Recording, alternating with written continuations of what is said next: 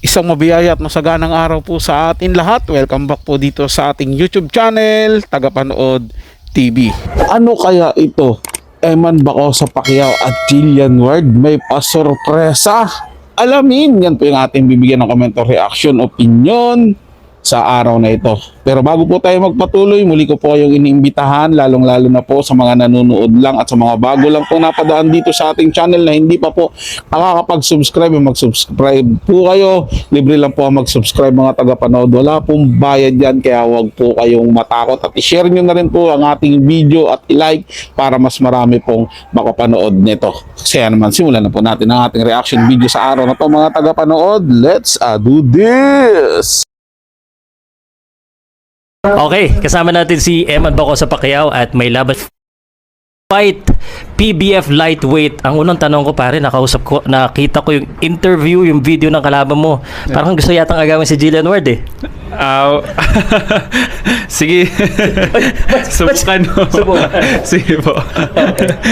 Anyway, so nandito tayo sa Muntinlupa ngayon sa putata ng laban po niya sa DRT Sports Complex. Alas 3 ang simula. So pumunta po kayo. Ito unang tanong natin.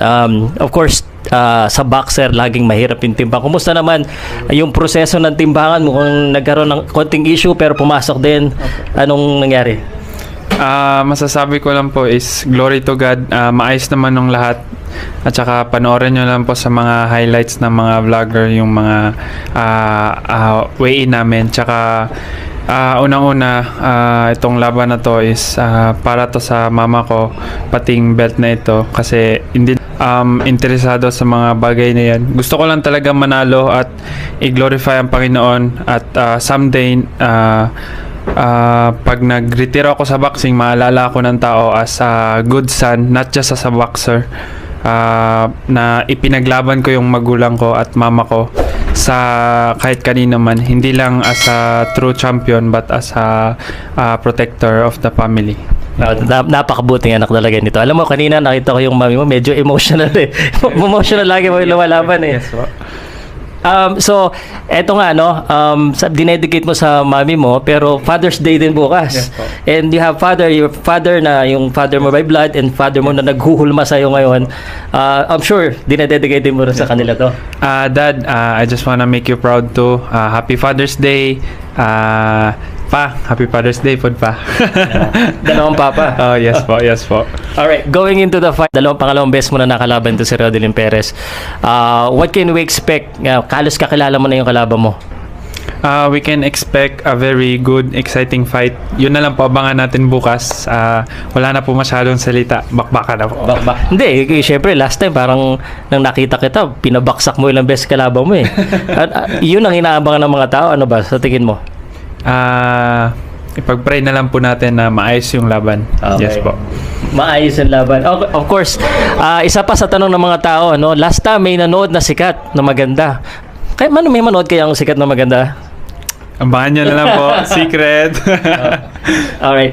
On a serious note, of course, medyo nagiging seryoso na yung mga laban mo, mas matindi na.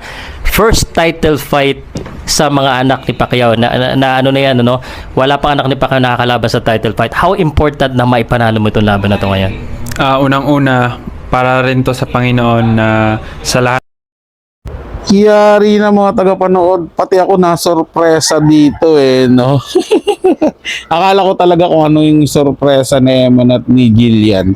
Yung pala purong interview lang to kay Eman Bacosa doon sa weigh-in niya para sa naging laban niya. So habang ginagawa ko ang reaction video na to, mga tagapanood, I think natalo po ata si Eman Bacosa sa naging laban niya. Sayang yung belt, mga tagapanood. Hindi ko po alam kung knockout ba siya or decision lang. Hindi po kasi ako na-updated sa boxing ngayon. More on politics and showbiz po kasi yung reaction video ko eh. Kaya medyo hindi ako nakakasunod doon sa laban sa boxing.